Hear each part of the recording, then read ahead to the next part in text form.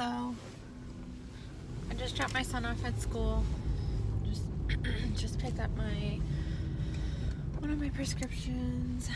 I need to do a bunch of stuff today to get ready for my son's birthday party, but of course I was thinking about tomorrow is my baby's birthday, and every year I used to think my mom was so stupid and annoying. It's terrible to say that about your parents. Anyway, I used to think oh, not again, not this story again, until of course I had my own kids, and now I'm every year I'm oh, my baby, all super crazy, just like my mom. So I was thinking about how the day I had him, I went to the hospital. First off, I was crying and crazy the whole 2 weeks before I had him because he wouldn't turn, and I was really scared about having a C-section. I was scared about having a vaginal birth too, honestly. I think I was more scared about that. But once I accepted the fact that he wasn't turning, because I tried every single thing, spinning babies, everything, you name it. The only thing I didn't try was the thing that they say to burn some weird shit by your feet or something. Not sage, but something kind of like it. Anyway, so I couldn't get him to turn. I was really upset. I was hitting stuff at work with my belly being so big I couldn't turn. So where I was working at the time, I was working out of college or university, and there was parallel parking for the staff in the front of the school. So I was a total disaster. My brakes sound terrible. So at the end of, I think it was 37 weeks, I said, that's it, I'm done. I think I told them at 36 weeks that I would be done the following week. I wanted to work until I had him, but that didn't happen. So I go home, have my weekend, and I'm feeling crampy. And my best friend came over, and my mom was over, I think, the day before. And my mom and my best friend were both I don't know, that sounds like how I felt before I went into labor, blah, blah, blah. I'm no, I'm fine. I just am having a little bit of cramping. So I go to bed that Saturday, wake up at 1 a.m. Sorry, the phone's jiggling. Wake up at 1 a.m. and I get up to pee, as you do a million times when you're 9 months pregnant.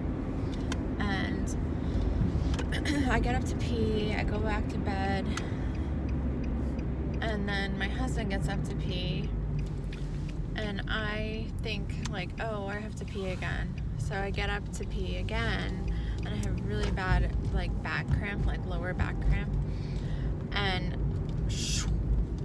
all this fluid comes out of me, and I'm oh my god. So I'm oh my god, babe, my water broke.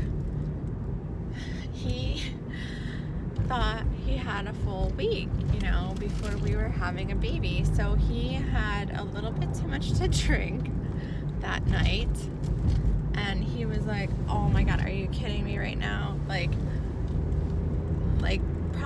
He was probably still a little inebriated. I mean, my husband doesn't really get drunk, so I'm kind of exaggerating here, but he probably was having a headache because he's a whiskey drinker. So is this a cop? What's happening up here? So he got up and was just oh my god, are you serious right now? This is crazy. And I'm yeah. I show him there's water all over the floor. I can't stop this gushing of water coming out of me. And nobody really tells you how much, like, my mom was like, yeah, my water broke when I was on the toilet with you. And it was just like, but you don't realize, like, it doesn't stop. So I'm like, oh my God, like, this is not stopping. So I get in the shower, call my OB, get in the shower, say, I think I'm gonna have the baby. Like, my water broke. So at this point, it's 1 a.m. still, like, probably like 1:30. So I get in the shower, wash myself with that bacteria stuff, and then I get out of the shower, and we get some towels, and I put some pads on, and we go off to the hospital. But the whole time I'm in the car, I'm like freaking out, like thinking like, oh my God, well, can the baby still breathe? It's just like such a stupid thing to think about after the fact. But like, I thought, because there wasn't liquid or like, you know, I was losing liquid, that the baby would have problems breathing. I don't know why. Like, I just was super, super nervous with him. So we get to the hospital, and I'm like, we go in the emergency room. Okay, like, my water broke. I'm having a baby. They're like, oh my God, another one? So I'm like, oh, like, what's happening? Why are there so many people having babies? But I guess it was because there was a full moon. I guess, like, you know, I really believe in the full moon, like, really affecting people. And especially from when I would sub at elementary schools and babysit, like, you can really tell. And I can always tell with my kids. Like, they are buck wild crazy, like, literally batshit crazy when it's a full moon. Sorry, it's really bumpy right here. So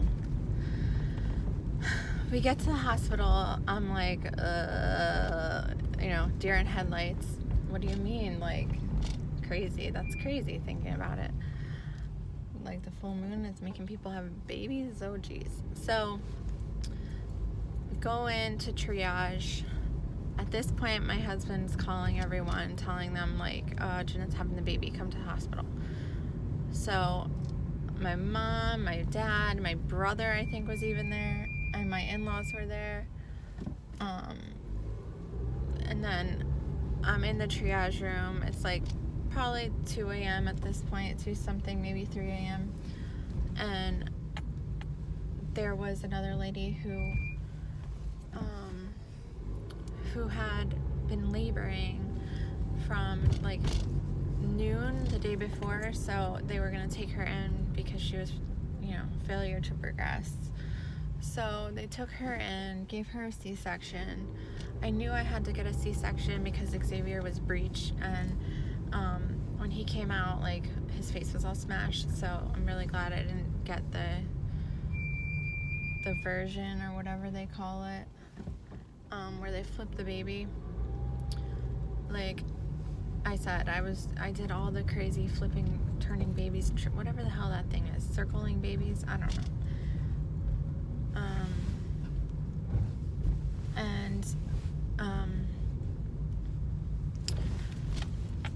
It's spinning babies. I was totally off. So I did all the spinning babies thing, nothing worked.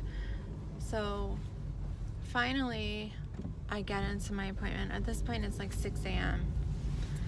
So he was born at like 6:59. So I get in, they start setting me up with the epidural, and you know, I was kind of freaked out because like my husband wasn't in there with me. So I was so nervous they were going to open me up without my husband being there. I don't know why. I just had this irrational fear of that. And then like that he would be seeing my guts. So I, you know, was totally freaked out. They must have given me a lot more drugs that time because I was way more chill than I was with my daughter.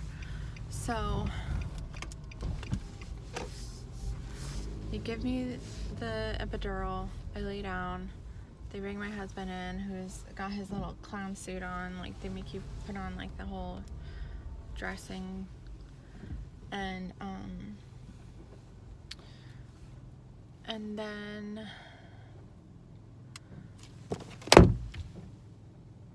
you know, baby comes out, feet first, balls first, and then of course I can't see him because he's in, like, the drape is up, but they take him out and I'm like, is he cute?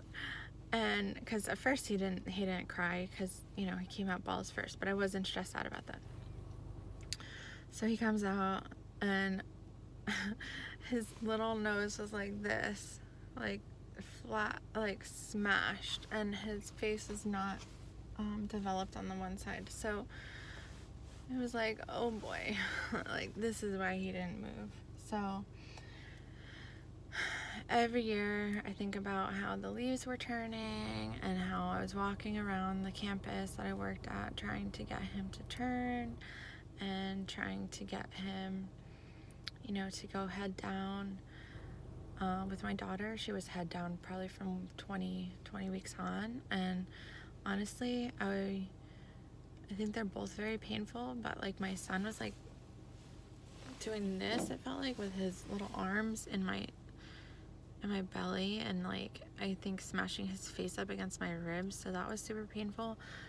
But then like when you have a baby head down, it kind of feels like everything's gonna fall out of you. Like, I don't know if that's a good explanation, but anyway, that's my story, and I'll do my daughter's birth story one day, maybe on her birthday or by her birthday.